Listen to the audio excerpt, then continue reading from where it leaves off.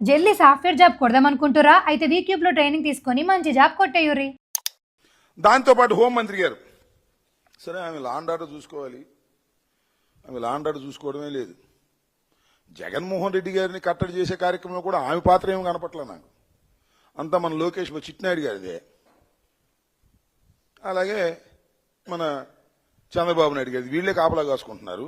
ఈ మాత్రం మైక్ ముందుకొచ్చి జగన్మోహన్ రెడ్డి గారిని, జగన్మోహన్ రెడ్డి గారి కుటుంబానికి సంబంధించిన అంశాల గురించి మాత్రం చిలవల పలువురుగా మాట్లాడే కార్యక్రమం చేస్తుంది.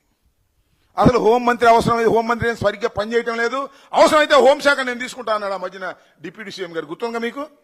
ఆమెకు భయం పట్టుకున్నట్టుంది. ఏదో మంత్రివర్గ మళ్ళా రీషఫలింగ్ అన్నారు, తీసేస్తారని భయం పట్టుకుందో మరి రోజు వచ్చి జగన్మోహన్ రెడ్డి గారిని తిట్టే కార్యక్రమం చేస్తుంది. జగన్మోహన్ రెడ్డి గారిని తిట్టే కార్యక్రమం చేయడంతో పాటు వాళ్ళ కుటుంబ సమస్యల గురించి మాట్లాడుతూ ఉంది. తల్లి చెల్లి, ఈ వాటాలు తగాదాలు,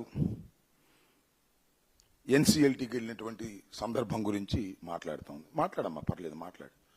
నీ గురించి మాట్లాడలేము. నీ కుటుంబ సమస్యలు ఎవడో తెలియదు. నీ కుటుంబ సమస్యల గురించి మాట్లాడటం మొదలెడితే ఎక్కడి దాకా వెళ్తుంది వ్యవహారం? నువ్వు కోర్టుకు వెళ్ళలేదా?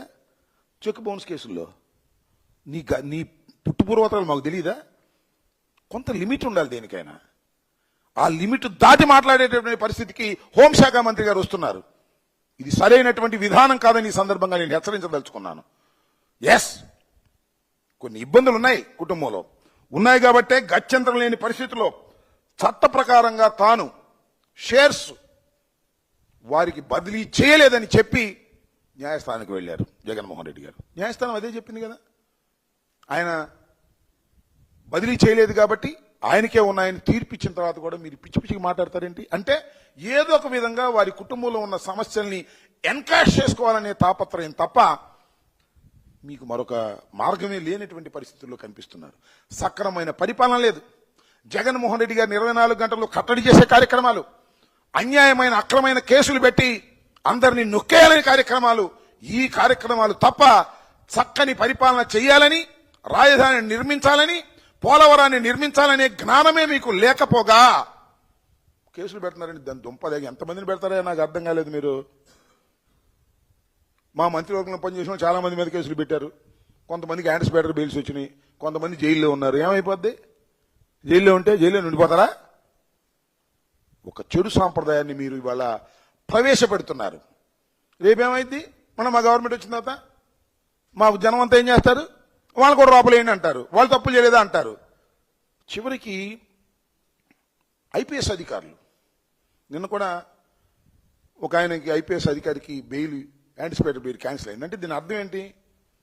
ఐపీఎస్ అధికారులందరికీ చెప్తున్నా, అందరికీ కాదు కొందరికి చెప్తున్నా, కొందరికంటే ముఖ్యమైన వారికి చెప్తున్నా, ఎవరైతే చంద్రబాబు నాయుడు గారి మోచేతి నీళ్లు తాగి జగన్మోహన్ రెడ్డి గారి మీద కేసులు పెట్టాలని, వైఎస్ఆర్ కాంగ్రెస్ పార్టీని అణచాలని, జగన్మోహన్ రెడ్డి గారు ఎక్కడికి వెళ్తే అక్కడ కట్టడి చేయాలని నిబంధనలకు వ్యతిరేకంగా ప్రవర్తిస్తున్నటువంటి ఐపీఎస్ ఆఫీసర్లందరికీ కూడా చాలా స్పష్టంగా చెప్తున్నా, తెలుగుదేశం పార్టీ అధికారంలోకి వచ్చిన తర్వాత అనేక మంది ఐపీఎస్ ఆఫీసర్ల మీద కేసులు పెట్టి జైలుకు పంపింది.